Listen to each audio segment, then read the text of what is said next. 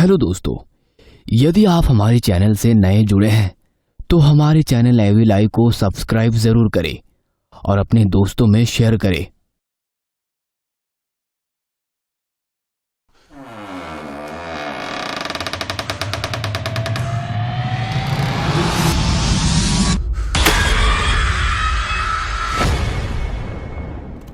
सुबह 5 बजे चर्च के पास टॉम और मोनिका जॉन और वेरोनिका का इंतजार कर रहे थे। यार मोनिका, तुम्हारे दोस्त आएगी ना? अगर 5 मिनट के अंदर नहीं आई तो बस छूट जाएगी। इसके बाद 12 बजे दोपहर में बस है जो 10 बजे रात को काली पहाड़ी पहुंचती है।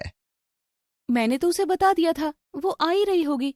उसे अपने पापा से बात करनी है जो 20 साल पहले जब वो 3 वर्ष की थी तभी मर गए थे। फादर डिसूजा से मैंने बहुत रिक्वेस्ट की थी, तब वो एग्री हुए थे वेरोनिका के पिताजी की आत्मा से बात करवाने को। मैं जानती हूँ, वो लोग आ गई। सॉरी, आने में थोड़ी देर हो गई। बाय द वे, ये मेरा दोस्त है जॉन। एंड जॉन, इनसे मिलो, ये है टॉम और ये है मोनिका। Hi guys. आपसे मिलकर खुशी हुई दोस्त। अरे देखो, बस भी आ गई। चलो जल्दी से चढ़ो। थैंक गॉड, अगर तुम लोग थोड़ी देर भी लेट हो जाते तो बस छूट जाती। मोनिका, कुछ अजीब नहीं लग रहा? इतनी बड़ी बस में हम लोग सिर्फ 8-10 लोग ही हैं। पूरी बस खाली क्यों है? दरअसल काली पहाड़ी एक वीरान एरिया है। उसके बाद कब्रिस्तान का क्षेत्र शुरू हो जाता है, इसीलिए उधर के पैसेंजर कम ही होते हैं। आज मौसम भी ठीक नहीं लग रहा। आकाश काले बादलों से ढका है। लगता है घनघोर बारिश होगी। ठंड भी बढ़ती जा रही है। मुझे तो अभी से ही ठंड लग रही है। आगे पता नहीं क्या होगा। अरे हाँ जॉन, सॉरी यार, जल्दबाजी में तुमसे ज्यादा बातचीत नहीं हो पाया। कुछ अपने बारे में तो बताओ। मैं वेरोनिका का पड़ोसी हूँ। जस्ट अभी हाल ही में जापान से मैनेजमेंट की पढ़ाई करके वापस लौटा हूँ। मैं मोनिका और वेरोनिका कॉलेज फ्रेंड है। वेरोनिका बहुत दिनों से 20 साल पहले एक एक्सीडेंट में अपने पिताजी की आत्मा से बात करना चाह रही थी। हाँ, वेरोनिका ने बताया था कि तुम किसी फादर को जानते हो जो आत्माओं को बुलाता है और उससे बात करवाता है। हाँ, फादर डिसूजा काली पहाड़ी के ऊपर बनी चर्च के पादरी हैं। वे सोल कम्युनिकेशन के माध्यम से मृत आत्माओं से बात करवाते हैं। ठंड लगने के कारण बस में सभी लोग सो गए थे। करीबन 5.5 घंटा चलने के बाद बस लगभग खाली हो चुकी थी और बस में सिर्फ यही 4 दोस्त बचे हुए थे। मौसम बिगड़ चुका था। हल्की फुल्की बूंदाबांदी स्टार्ट हो गई थी। एकाएक वेरोनिका की नींद खुल जाती है और वो देखती है कि उस बस में सिर्फ वही 4 लोग बचे हैं। सारे लोग बाकी के नीचे उतर चुके थे। खिड़की के बाहर सिर्फ धुंध दिखाई दे रहा था। अनजान जंगलों से गुजरती हुई बस एकाएक एक आवाज के साथ लड़खड़ाती हुई कुछ दूर जाकर रुक जाती है। बस का पहिया पंचर हो गया था। क्या वो ड्राइवर साहब, कोई प्रॉब्लम है क्या? बस क्यों अचानक रुक गई? अरे नहीं, टायर पंचर हो गया है। आप लोग बस से उतरकर बाथरूम वगैरह कर सकते हैं। आधे घंटे में स्टेपनी का टायर बदल जाएगा, ठीक है? ठंड से मेरी हालत खराब हो रही है। सुसु भी जोर से लगी है। मेरा भी वही हाल है। चलो झाड़ियों के पीछे चलकर हल्का हो लें। तुम दोनों यहीं रुको, हम दोनों पीसी करके अभी आते हैं। वेरोनिका और मोनिका दोनों बस से नीचे उतरकर झाड़ियों के पीछे चले जाते हैं। वो अभी सूसू कर ही रहे थे कि उन्हें एहसास होता है कोई उन्हें देख रहा है। वेरोनिका झाड़ियों के पीछे देखती है तो उसे ऐसा लगता है कि बहुत ही तेजी से वहां से कोई गुजर गया। दोनों जल्दी जल्दी बस पर आकर बैठ जाते हैं। टायर भी बदला जा चुका था। करीबन आधे घंटे के सफर के बाद काली पहाड़ी के पास बस रुक जाती है। वो चारों वहीं उतर जाते हैं और बस चली जाती है। काली पहाड़ी एकदम वीरान थी। आसपास कहीं कोई पेड़ पौधा नहीं था। सिर्फ चट्टानों का मरुस्थल दिखाई दे रहा था। जहां तक देखो चट्टान ही चट्टानें थी। जैसे तैसे हाँफते हुए चारों पहाड़ी के ऊपर बने चर्च के पास पहुंचते हैं। तभी अचानक चर्च का दरवाजा खुलता है। उसमें से फादर डिसूजा निकलते हैं। आओ भाई सन, आओ। मैं तुम लोगों का ही इंतजार कर रहा था।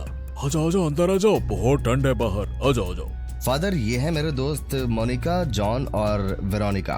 अच्छा, यही है वेरोनिका। इसे ही अपने फादर से बात करनी है। आ जाओ माय सन, आ जाओ। कम। अब उस ओएजा बोर्ड के पास जाकर बैठो। मैं कोने में अगरबत्ती जलाकर लाता हूँ, ठीक है? टॉम, मुझे तो यहाँ डर लग रहा है। पूरा कमरा अंधेरा है, ऊपर से ये ओएजा बोर्ड और डरावना है। अरे कौन था ये? क्या कौन था? कोई भी तो नहीं है यहाँ पे। हमारे और फादर के सिवा? हैं? नहीं नहीं, अभी जो बहुत तेज भागा वहाँ जंगल में, हमने इसे देखा था। तो माय सन, रेडी हो सभी लोग आत्मा से बात करने के लिए? आओ, अब सभी ओइजा बोर्ड पर रखे कटोरे के ऊपर अपनी उंगली रखो। रखो।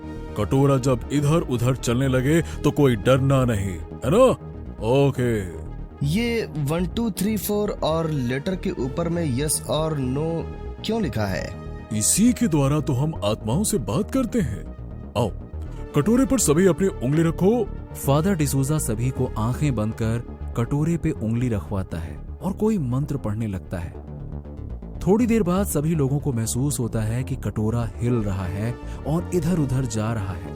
तभी अचानक कटोरा बहुत ही ज्यादा गर्म हो जाता है। सभी के हाथ जलने लगते हैं। सभी वापस अपनी उंगली को कटोरे से हटा देते हैं और कटोरा एक विस्फोट के साथ ऊपर उछल जाता है। फादर डिसूजा चौंक कर खड़े हो जाते हैं।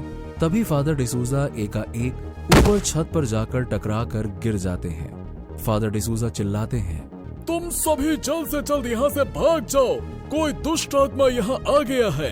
जल्दी से भागो यहाँ से, अगर कहीं वो तुम्हारे शरीर में प्रवेश कर गया तो अनर्थ हो जाएगा।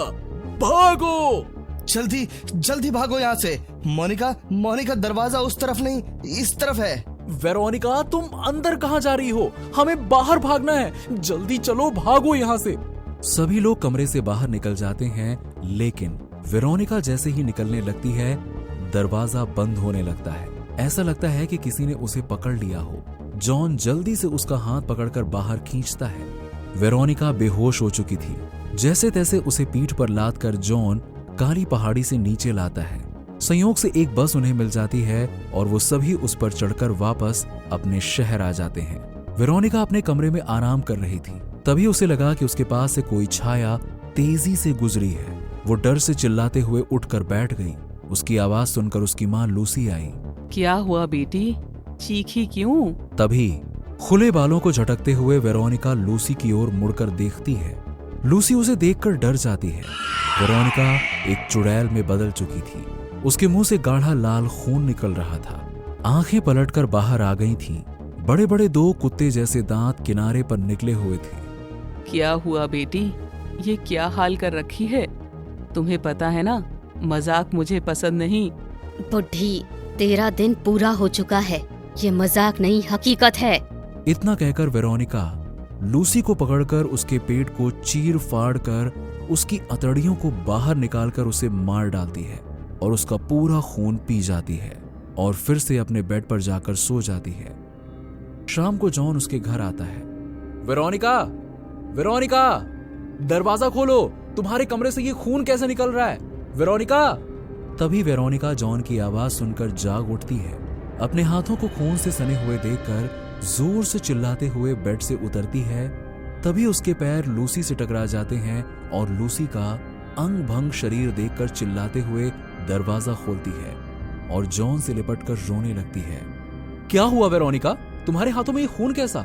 वेरोनिका रोते हुए हाथ के इशारे से घर में पड़े लूसी की लाश को दिखाते हुए कहती है, जॉन, वो मम्मी को किसी ने मार डाला। ओह माय गॉड, ये कब और कैसे हुआ? तुम कहाँ थी? ओ बाप रे, बहुत ही बेरहमी से आंटी को किसी ने मार डाला। ऐसा लगता है जैसे कोई शैतान का काम हो। पता नहीं कैसे हुआ ये सब, मैं सोई हुई थी, मुझे कुछ नहीं मालूम। जॉन टॉम को फोन कर देता है और कुछ ही देर में मोनिका के साथ टॉम वहां पहुंच जाता है। ये सब कब और कैसे हो गया? यार, जब मैं आया तो देखा कि वेरोनिका के घर से खून बह रहा है। तब मैंने वेरोनिका से दरवाजा खोलने को कहा, वो सो रही थी। वेरोनिका जब उठी तो देखा कि लूसी आंटी की लाश कमरे में पड़ी थी। मत रो वेरोनिका, ढाढ़स से काम लो। अब मैं किसके सहारे रहूंगी? एकमात्र फैमिली में मेरी माँ ही थी। मोनिका, तुम और टॉम वेरोनिका को संभालो। मैं पुलिस के साथ पोस्टमार्टम रिपोर्ट लेने जा रहा हूँ, है ना? वहीं से कॉफिन में लाश रखकर सेमेट्री में जाएंगे। तुम लोग वेरोनिका को लेकर वहीं पहुंचो, है ना? ध्यान रखना इसका। वेरोनिका, बुरा ना मानो तो एक बात जानना चाहता हूँ कि जॉन का लूसी आंटी से कैसा संबंध था? मम्मी हमेशा मुझे जॉन से अलग रहने की सलाह देती थी। वो कहा करती थी कि जॉन और उसके परिवार की नजर हमारी संपत्ति पर है। टॉम मोनिका और वेरोनिका को लेकर सिमेट्री यानी कब्रिस्तान पहुंचकर लूसी को दफनाकर सब घर वापस आ जाते हैं। रात में सभी वेरोनिका के घर पर ही रुकते हैं। टॉम, मैं अपने यहाँ से खाना बनवा कर ले आता हूँ, तुम लोग वेरोनिका का ख्याल रखना, ठीक है? जॉन के जाने के बाद मम्मा को यही पसंद नहीं था कि जॉन मेरा इतना केयर क्यों करता है। हो सकता है वो सही सोचती हो, आखिर तुम्हारी संपत्ति का देखभाल करने वाला तुम ही माँ बेटी तो थी, और ये बात जॉन और उसकी फैमिली को अच्छी तरह मालूम था। टॉम, जाओ नहा लो, मैं वेरोनिका के पास बैठी हूँ। वेरोनिका, तुम्हारे कपड़े कहाँ हैं? मेरे कपड़े भीग गए हैं। वो तो छत पर ही सूख रहे होंगे। कोई बात नहीं, कपड़े मैं ले आती हूँ छत पर से। मोनिका कपड़े लाने के लिए छत पर चली जाती है और टॉम नहाने बाथरूम चला जाता है। तभी अचानक वेरोनिका में दुष्ट आत्मा आ जाती है। वेरोनिका मोनिका के पीछे पीछे छत पर चली जाती है। अरे वेरोनिका, तुम छत पर क्यों आ गई? मैं तो कपड़े लेकर आ ही रही थी नीचे। मैं ऊपर आई हूँ तुमको और ऊपर पहुँचाने। हे वेरोनिका, तेरी आवाज को क्या हो गया है? तुम कैसी बहकी बहकी बातें कर रही हो? बहकी बहकी बातें ही नहीं, बहकी हुई हरकत भी करेंगे। इतना कहकर वेरोनिका मोनिका को पकड़ लेती है और उलझ जाती है। तभी जॉन अपनी छत से देखता है कि वेरोनिका के छत पर दो औरतें आपस में उलझी हुई हैं। वो दौड़कर वेरोनिका के घर आता है। इधर वेरोनिका मोनिका का पेट फाड़कर उसकी अतड़ियां निकाल देती है और उसी के कपड़ों में हाथ को पोंछ नीचे आकर बैठ जाती है। तभी जॉन दौड़कर ऊपर जाता है और छत पर से चिल्लाता है, टॉम, वेरोनिका, जल्दी ऊपर आओ, मोनिका को किसी ने मार डाला। टॉम बाथरूम से निकलकर ऊपर भागता है। मोनिका की शत विक्षत लाश देखकर जॉन से उलझ जाता है। कमीने, तूने इसे भी मार डाला? ये तुम्हारा क्या बिगाड़ी थी? टॉम देख, तू गलत समझ रहा है। मैंने अपने छत से यहाँ पे कुछ हरकत होते हुए देखा था। मैं तुम्हें ठीक समझ रहा हूँ। तुम छत पर मोनिका को अकेला देख उसे मार डाला। मैं तुम्हें नहीं छोड़ूंगा। तभी वहाँ वेरोनिका आ जाती है।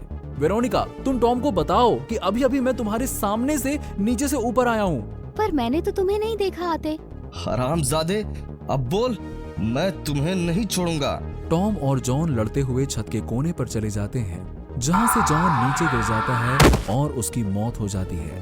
वेरोनिका, मैंने जॉन को नहीं मारा, वो फिसलकर गलती से गिर गया। लेकिन मैं गलती से नहीं, तुम्हें जानबूझकर मारूंगी। इतना कहकर वेरोनिका टॉम का भी पेट चीर फाड़ कर उसे मार डालती है। फिर जैसे ही वेरोनिका अपने नॉर्मल रूप में आती है, वो उन्हें मरा हुआ देखकर बिलख बिलख कर रोने लगती है।